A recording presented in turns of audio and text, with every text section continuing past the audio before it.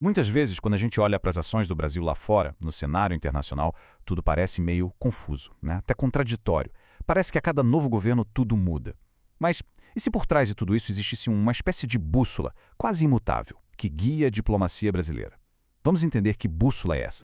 Fica a pergunta, então. Por que a política externa do Brasil consegue manter uma linha tão consistente, mesmo com toda a troca de presidentes e de ideologias? A resposta, olha só, não está no palácio do governo atual. Ela está num documento muito mais fundamental e duradouro, a nossa Constituição Federal. A chave para entender isso tudo está aqui, nessa diferença entre uma política de governo e uma política de Estado. A política de governo, bom, essa é temporária, ela reflete a ideologia do momento. Já a política de Estado, essa é permanente. Ela está gravada na nossa lei maior. E a diplomacia brasileira, na sua essência, é exatamente isso. Uma política de Estado. Então, vamos seguir este roteiro. Primeiro, firmar bem essa diferença entre governo e Estado. Depois, a gente mergulha nos três grandes princípios que a Constituição define: a não intervenção, a autodeterminação dos povos e a busca por soluções pacíficas. E, no final, vamos conectar tudo isso para mostrar como se relaciona com a defesa da nossa própria soberania. Começando pelo pilar que talvez seja a base de toda essa estrutura. O princípio da não intervenção. E veja bem, isso não é uma mera recomendação ou uma tradição diplomática, não. É um comando constitucional, uma ordem direta do artigo 4º. O Estado brasileiro é obrigado a seguir este princípio. E por que a não intervenção é tão importante? Porque ela se baseia num conceito fundamental do direito internacional, a soberania. Pense nela como a autoridade máxima de um país dentro das suas próprias fronteiras. Perante a lei, nenhum Estado pode mandar no outro. Simples assim. E a regra é bem clara. Para que uma intervenção seja considerada legal, o caminho é extremamente restrito. Basicamente, exige uma autorização do Conselho de Segurança da ONU.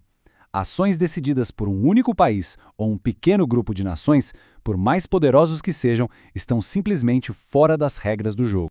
Então, o ponto crucial é este. Não se trata apenas de uma posição sobre outros países. É uma questão de autopreservação.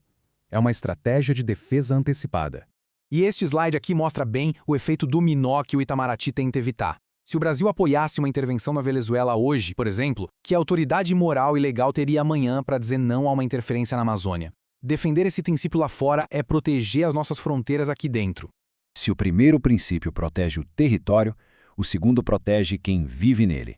Vamos falar da autodeterminação dos povos. E, de novo, isso não é uma escolha, é uma ordem constitucional. Os dois princípios são inseparáveis. A não intervenção protege o espaço geográfico do país e a autodeterminação protege o direito daquele povo de decidir seu próprio destino. O que isso significa na prática? Significa que cabe ao povo de uma nação e somente a ele decidir sobre seu próprio governo. A legitimidade de um presidente ou de um regime não depende do selo de aprovação de outras potências. Isso significa que a política brasileira busca reconhecer a linha de sucessão legal dentro de um país para evitar um vácuo de poder e o caos. A questão não é se o governo é bom ou ruim, mas se ele é legalmente constituído segundo as leis daquela própria nação. Ok, já protegemos o território e o povo, mas como resolver as disputas que inevitavelmente surgem? É aí que entra o nosso terceiro pilar constitucional. A Constituição direciona explicitamente o Estado a buscar caminhos diplomáticos e negociados. O uso da força é sempre o último recurso e nunca a primeira opção. Essa obrigação constitucional coloca o Brasil firmemente no campo do que chamamos de soft power. Em vez de apostar na força militar e na coerção, o tal do hard power, a aposta brasileira é na negociação, na diplomacia e na mediação.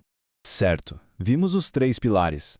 Mas como eles se unem para formar a estratégia completa da diplomacia brasileira? A resposta está em uma única palavra. Aqui está a chave de tudo, a reciprocidade. Defender essas regras lá fora é, na verdade, uma defesa antecipada do Brasil aqui dentro. É garantir que as mesmas proteções que se aplicam aos outros também se apliquem a nós. E é importante entender, isso não é só idealismo, é pragmatismo puro. Ao fortalecer um sistema internacional baseado em regras, o Brasil está, na verdade, se protegendo. É uma aposta de que um mundo com leis é mais seguro para todos do que um mundo onde apenas a lei do mais forte prevalece. Então, para resumir, o que aprendemos? Primeiro, que a política externa brasileira é uma política de Estado, não de governo. Ela se baseia nos 3 pilares da não intervenção, autodeterminação e solução pacífica. E o mais importante, defender esses princípios para os outros é a melhor forma de proteger a nossa própria soberania, priorizando a lei internacional em vez da força. Isso nos deixa com uma reflexão final sobre a eterna tensão entre princípios e poder nas relações internacionais. Ao defender a força da lei, o Brasil aposta que, no longo prazo, um mundo previsível e baseado em regras é mais seguro para todos do que um tabuleiro de xadrez onde apenas a força bruta decide o jogo.